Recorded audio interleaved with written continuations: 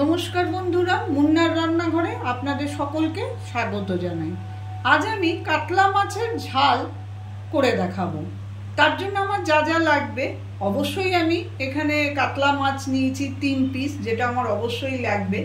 আমি একটা বড় সাইজের পেঁয়াজকে সরু সরু লম্বা লম্বা করে এইভাবে কেটে রেখেছি। একটা বড় টমেটোকে লম্বা লম্বা সরু সরু করে কেটে নিয়েছি। আমার এখানে বড় চামচের 3 চামচ মতো আমি পোস্ত আর দুটো কাঁচা লঙ্কা দিয়ে একটু বেটে রেখেছি। অবশ্যই সর্ষে লাগবে, আমার সাদা সর্ষে। আমি বড় 2 চামচ সর্ষে, দুটো লঙ্কা দিয়ে এটাকেও বেটে রেখেছি। আর নুন, তেল, হলুদ এই আমার লাগবে। তো আমি প্রথমে কড়াইটাকে গরম হতে দিয়ে দিয়েছি আগের থেকেই। এবারে আমি তেল দেবো।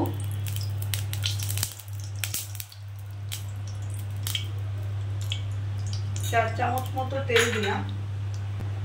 তেলটা আমার গরম হয়ে গেছে, আমি একটু হলুদ দিয়ে দিলাম।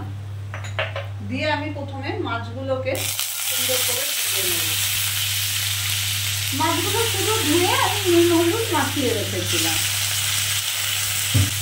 মাছগুলো আগে সুন্দর করে আমি উল্টে পাল্টে ভালো করে ভেজে নিচ্ছি।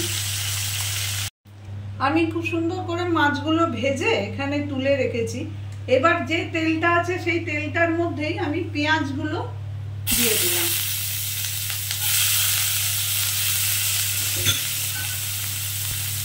একটু বাড়িয়ে নাড়াচাড়া করে নেব।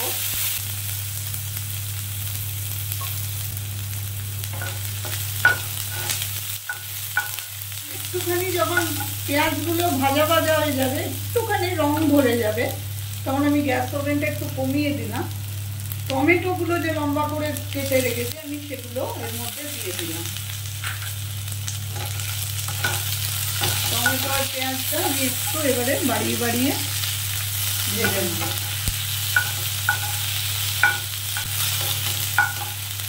খুব তাড়াতাড়ি রান্নাটা হয়ে যায়। যখন হাতের সময়ের অভাব, তখন এইভাবে রেঁধে দেখবেন, খেতেও খুব ভালো লাগে ভাতের সঙ্গে, আর খুব তাড়াতাড়ি রান্নাটা হয়েও যায়।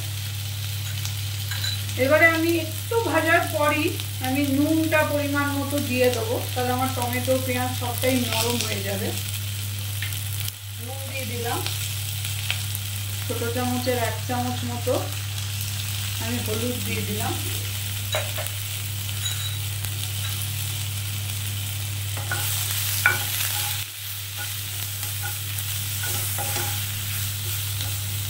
এই সময় একটু বাড়িয়ে কমিয়ে আমি মিনিট 2 একটু ভাজা ভাজা করব। আমি যে সর্ষেটা বেটে রেখেছি তার মধ্যে অল্প করে জল আমি দিয়ে দেব। আমি ওপর থেকে এই সর্ষের জলটা দেব, আপনারা চাইলে ছেঁকেও দিতে পারেন।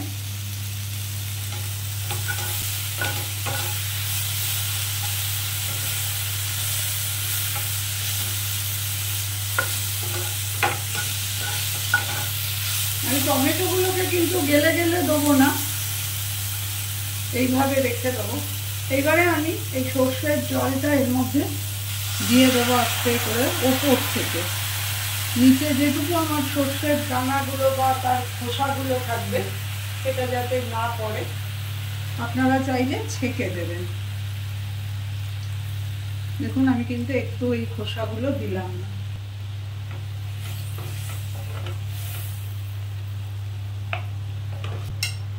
আমি মাছগুলোকেও এর মধ্যে দিয়ে দেবো।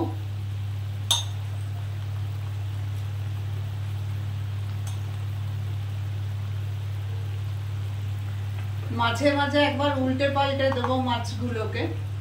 একটু ঢাকা দিয়ে দিলাম। মিনিট 5 আমি কমিয়ে বাড়িয়ে উল্টে পাল্টে একটুখানি মাছটাকে ফুটিয়ে নিয়ে আবার ফিরে আসছি। মিনিট 3-4 আমি সুন্দর করে এটাকে ফুটিয়ে নিয়েছি। মাঝে একবার এসে মাছগুলো উল্টে পাল্টেও দিয়েছিলাম।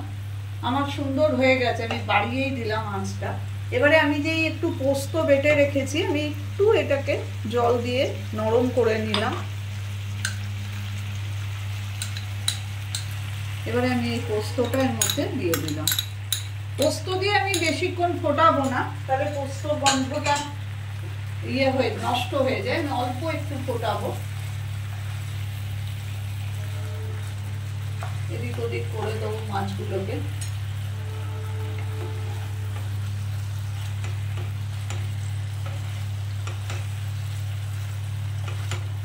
এটা খুব একটা ঝালটা একটু ঝোল ইয়েটা কম হবে, একটু বেশ গা মাখা মাখা হবে।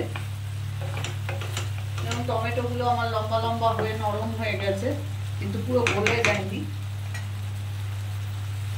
আমি এবারে কাঁচা লঙ্কা চিড়ে রেখেছি, দুটো দিয়ে দিলাম। আর যেটা দেবো, আমি একটু সর্ষের তেল দেবো, 3 চামচ মতো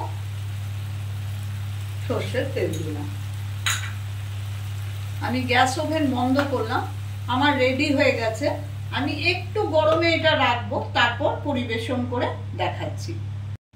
তৈরি হয়ে গেল আমার কাতলা মাছের ঝাল। এইভাবে করে দেখবেন, খুব ভালো লাগে খেতে। গরম ভাতের সঙ্গে পরিবেশন করবেন, অতিথিদের খাওয়াবেন, নিজেরা করে খাবেন। যদি আমার রেসিপিটা আপনাদের একটুও ভালো লাগে তো প্লিজ আমার চ্যানেলটাকে সাবস্ক্রাইব করে দেবেন, লাইক করবেন এবং কমেন্ট করবেন, শেয়ার করবেন। আমি উপস্থিত হব আবার অন্য কোনো দিন, অন্য কোনো নতুন ধরনের রেসিপি নিয়ে।